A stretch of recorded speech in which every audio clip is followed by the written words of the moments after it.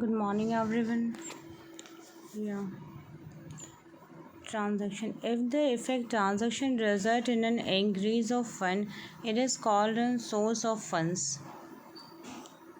अगर ट्रांजैक्शन पर इफ़ेक्ट होता है, result in increase of fund और फंड बढ़ते हैं, it is called source of funds. And if the result is in decrease of fund और फंड घटता है, it is known an application of fund. तो ये फंड की एप्लीकेशन के रूप में जाना जाता है. In case the transaction does not change fund, और यदि फंड की स्थिति में परिवर्तन नहीं होता है, it is said to have not resulted in fund flow.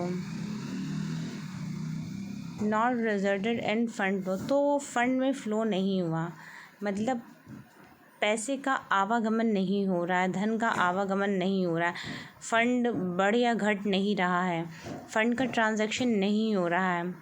According to working capital concept of fund, the term flow of fund refers to the movement of fund.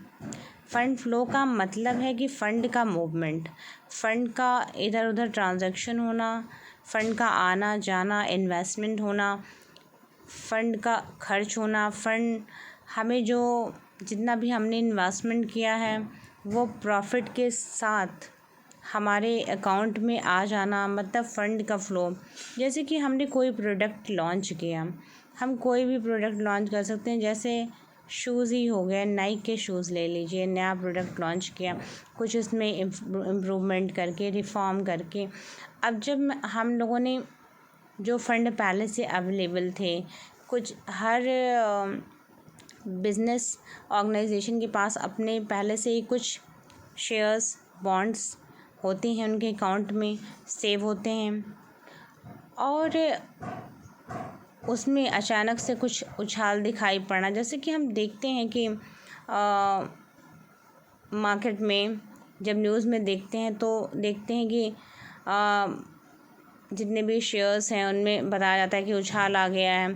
तो जब सेलिंग बढ़ जाती है किसी भी प्रोडक्ट की, उस पर्टिकुलर कंपनी की, उस पर्टिकुलर कंपनी के प्रोडक्ट बहुत ही डिमांड में रहते हैं, जैसे कि आप लक्स साबुन ले लीजिए, डिटॉल साबुन ले लीजिए, कोई भी प्रोडक्ट आप ले लीजिए, जब उसके सेल में बहुत ही उछाल आ जाता है तो उसके फंड फ्लो बढ़ जाते हैं, मतलब कि ट्रांजैक्शन पॉजिटिविटी में बढ़ गया है, पॉजिटिव रिफॉर्म हो रहे हैं, मतलब कि नेगेटिव वे में नहीं रिफॉर्म हो रहे हैं, पॉजिटिव वे में. अचानक से उछाल आया और शेयर्स बहुत ही हाई प्रायोरिटी में बढ़ गया, उनकी डिमांड बहुत हाई चली गई, उस पर्टिकुलर स्पेसिफिक कंपनी के प्रोडक्ट बहुत हाई डिमांड वैल्यू में आ गए, तो फंड फ्लो हो गया, उस कंपनी की एसेट बढ़ गई, उस कंपनी ने एक अच्छा प्रॉफिट गेन कर लिया. तो इस तरह से अचानक से फंड फ्लो होने लगा, जो कि पॉजिटिव वे में. यहाँ पर तो बताया गया कि फ़ंड फ्लो को आना जाना दोनों को मिलाकर बोल दिया गया है कि फ़ंड फ्लो हो रहा है. अगर फ़ंड का ट्रांजैक्शन हो रहा है तो वो फ़ंड का फ़्लो है. तो इस तरह से जब हम पॉजिटिविटी के साथ देखते हैं कि फ़ंड का फ़्लो हुआ और अचानक से उस बिज़नेस में उछाल आ गया, और उसकी जो वर्किंग कैपिटल थी, capital concept of the fund, working capital concept of the fund in the terms of fund flow, and refers to the movement of fund and then working capital. If any transaction result in an increase of an working capital, तो जो working capital already available थी उसमें अचानक से उछाल आ गया, increase आ गया, and it is set to be in source of inflow of fund. तो इनफ्लो हो गया फंड में, अचानक से शेयर्स की वैल्यू बढ़ गई और शेयर्स उन्हें एक अच्छा प्रॉफिट प्राप्त हो गया असल में. And as a result of if it is result and an decrease of working capital, और यदि वर्किंग कैपिटल डिक्रीज़ हो गई, मतलब लॉस आ गया बिजनेस में और उसकी वर्किंग कैपिटल डिक्रीज़ हो गई, उसकी मार्केट शेयर वैल्यू डिक्रीज़ हो गई, लॉसेस आ गए, and it is set to be an application और आउटफ्लो ऑफ फंड. तो फंड जो है काफ़ी निकल गया. उनके वर्किंग कैपिटल में से। According to the ICWA fund flow statement is an statement either prospective और रेट्रो प्रॉस्पेक्टिव। ये प्रॉस्पेक्टिव भी हो सकता है, रेट्रो प्रॉस्पेक्टिव भी हो सकता है। Setting out on the sources and the application of fund of an enterprises. तो जो भी बिजनेस सेटअप है उसमें से फ़ंड का आना जाना फ़ंड फ्लो कहलाता है। और ये फ़ंड फ्लो इनफ्लो हुआ तो मीन्स प्रॉफिट हुआ है, शेयर्स उसके बढ़ गए हैं और वैल्यू उस वर्किंग कैपिटल की बढ़ गई है।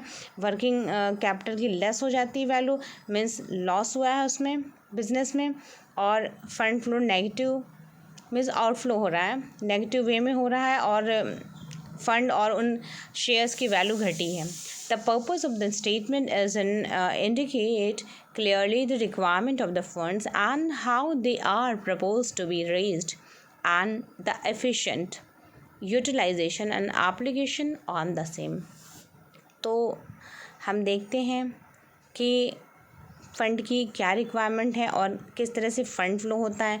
फिर किसी बिज़नेस के लिए फ़ंड फ्लो स्टेटमेंट बहुत रिक्वायर है क्योंकि उनकी फिनेंशियल पोजीशन देखी जाती है, बिज़नेस बैकग्राउंड देखा जाता है। कोई भी जैसे कि कोई भी बिज़नेस सेटअप आप ले लीजिए, कोई भी व्यक्ति, कोई भी अदर बिजनेसमैन आपके बिज़नेस के शेयर्स इसलिए परचेज़ करेगा जब देख रहा है कि प्रॉफिट हो रहा है, तभी वो आपके शेयर्स परचेज़ करेगा और आपके बिज़नेस में पैसा इन्वेस्ट करेगा। ऐसा होता है कि कुछ वर्किंग कैपिटल के साथ हम बिज़नेस में इन्वेस्टमेंट करते हैं, लेकिन हमें डिफरेंट बिजनेसमैन की वह जो शेयर होल्डर होते हैं हमारे बिज़नेस में, जो शेयर्स लेते हैं, जो हमारे बॉन्ड्स खरीदते हैं और स्पेसिफिक टाइम पीरियड के लिए 5 ईयर, 10 ईयर, 20 ईयर, जिस भी टाइम ड्यूरेशन के लिए वो इन्वेस्टमेंट कर रहे हैं पैसा कमाने के लिए, जिसमें कि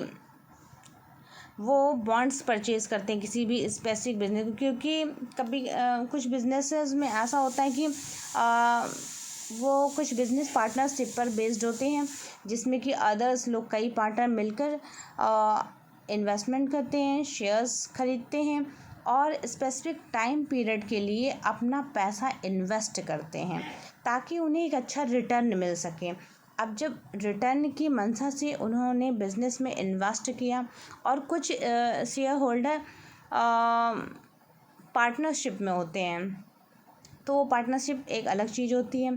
तो पार्टनरशिप में वो जितने भी परसेंटेज की साझेदारी रखते हों, ये डिपेंड करता है उस पार्टनरशिप पर कि वो 30% की साझेदारी या उनका 30% का इन्वेस्टमेंट है उस स्पेसिफिक बिजनेस सेटअप पर। जैसे कि फ़्लिपकार्ट ने कई कंपनियों को ख़रीद रखा है और उन्हें अपना नाम दे दिया, लेकिन उसके बाद भी वो अपने रेगुलर नेम से जाने जाते हैं, अपने प्रीवियस नेम से जाने जाते हैं और 70% या 77% फ़्लिपकार्ट का इन्वेस्टमेंट है उन बिजनेसेस पे जो कि किसी सिंपल बिजनेसमैन के द्वारा इनिशिएट किए गए। बट कंपटीशन को ख़त्म करने के लिए बड़े बिजनेसमैन या बड़े बिजनेस डीलर उसको ओवर पार कर लेते हैं, उसको अपने में मर्ज कर लेते हैं, उसको मर्ज करके उस बिज़नेस सेटअप को चलाते हैं। ताकि इससे होता ये है कि वो कंपटीशन को ख़त्म करने की कोशिश करते हैं, ताकि जब कंपटीटर ही नहीं रहेगा और मैं अपने से छोटी कंपनियों को मर्ज कर लूँगा तो एक बिज़नेस सेटअप में उनकी मोनोपोली बन जाएगी। एक मोनोपोली को स्थापित करने की कोशिशें करते हैं, लेकिन कंपटीशन भी बहुत ज़रूरी है। कंपटीशन होने से प्रत्येक कंपनी दूसरी कंपनी से एक अच्छा प्रोडक्ट देने की कोशिश करती है और यदि मार्केट में कंपटीशन ख़त्म हो जाएगा तो हम अच्छे फ्रूटफुल रिज़ल्ट नहीं पा पाएंगे। इसलिए कंपटीशन होना तो बहुत ज़रूरी है। तो इस तरह से हम देख रहे हैं कि फ़ंड फ्लो होता है। डिफरेंट वैरायटी ऑफ लोग जो बिजनेसमैन हैं वो अपने अपने शेयर्स किसी बिज़नेस में इन्वेस्ट करते हैं, अपना उनका शेयर होता है यदि वो पार्टनरशिप में। और ऐसे भी कुछ लोग जो कुछ स्पेसिफिक टाइम पीरियड के लिए 5 साल के लिए 10 साल के लिए कुछ बॉन्ड ख़रीदते हैं ताकि उनको एक अच्छा रिटर्न मिल सके किसी भी बिज़नेस में। क्योंकि मेन प्रॉब्लम कोई भी बिज़नेस स्टार्ट करने से पहले पूंजी की होती है। पूंजी लोगों के पास होती नहीं है, और इतनी पूंजी होती नहीं है, इसलिए डिफरेंट लोगों को जिनके पास धन है उन्हें आमंत्रित किया जाता है कि वो उन बॉन्ड्स को, शेयर्स को परचेज़ करें, और 5 या 10 साल बाद डबल करके या ट्रिपल करके ऐसे लुक्रेटिव ऑफर्स मार्केट्स के द्वारा दिए जाते हैं, ताकि लोग इन्वेस्ट करें और उनकी कैपिटल उसमें इन्वेस्ट हो, और वो बिज़नेस उस टाइम ड्यूरेशन के लिए रन करें, और जिससे उन्हें मनी का अभाव ना हो, पैसे का अभाव ना हो, जो कैपिटल है उसका अभाव ना हो। क्योंकि बिज़नेस सेटअप करने के लिए बहुत सारे धन की आवश्यकता होती है, और हर व्यक्ति के पास इतना धन हो जिससे उस बिज़नेस को प्रॉपर्ली रन किया जाए, तो ऐसा संभव नहीं है। तो इसके लिए मार्केट से मदद ली जाती है। मार्केट में ऐसे लुक्रेटिव ऑफर्स लाए जाते हैं बॉन्ड्स के और शेयर्स के, लोगों को नई नई स्कीम्स के द्वारा लुभाया जाता है, ताकि वो अपने पैसों को उसमें इन्वेस्ट करें अच्छा रिटर्न पाने के लिए। और जो डायरेक्ट पार्टनरशिप होती है वो 30, 40, 70% जितना भी इन्वेस्ट करना चाहते हैं उसमें, तो वो अपनी पार्टनरशिप तो एक अलग चीज़ है। बाकी ये जो बॉन्ड और शेयर का है वो मार्केट्स में कोई भी साधारण व्यक्ति भी परचेज़ कर सकता है, और छोटे छोटे रूप में भी ये सब चीज़ें अवेलेबल हैं, कम इन्वेस्टमेंट में भी अवेलेबल है। 5 से 10 साल के लिए भी आप इन्वेस्ट करके अच्छा रिटर्न पा सकते हैं। लेकिन इसमें होता ये है कि कई बार हम बहुत बड़े लॉसेस से होकर भी हमें गुज़रना पड़ता है। तो ये जब एडवर्टीज़मेंट आता है, read all document carefully before you are investing, तो जब वो बोलता है ये 3-4 लाइनें, तो बहुत जल्दी जल्दी बोलता है। आधे लोगों को, 80% लोगों को तो समझ में नहीं आता है। तो अब देखिए बहुत आराम से स्मूथली बोलने लगा है। तो read all document carefully before you are investing. तो ये सब चीज़ें, जैसे सिगरेट के पैकेट पर लिखा रहता है कि धूम्रपान स्वास्थ्य के लिए हानिकारक है, तो ये बहुत छोटे छोटे स्मॉल शब्दों में लिखा होता है। तो जो चीज़ें हैं बताई जानी हैं, इंफॉर्मेशन दी जानी है, जो रियल में वेरी वैल्यूएबल हैं, बहुत ही लाभदायक हैं, उन्हें ज़्यादातर हाइड करके रखा जाता है, या इतने छोटे शब्दों में प्रिंट किया जाएगा कि पढ़ने के बाद भी हम इग्नोर करें। लेकिन फिर भी लोग पीते तो हैं ही। सिगरेट पीने से बाज नहीं आते हैं, धूम्रपान स्वास्थ्य के लिए हानिकारक ऐसा लिखा रहता है, उसके बाद भी यूज़ कर रहे हैं उन प्रोडक्ट्स को। और उससे भी ज़्यादा बात यह गहरी है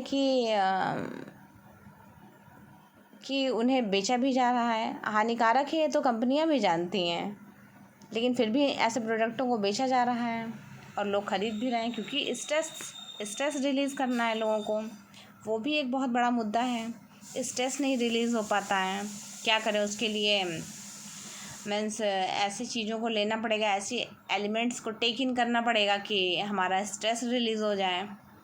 तो खैर ये तो अपनी अपनी पसंद के ऊपर है। तो आज के लिए बस इतना ही। Thank you.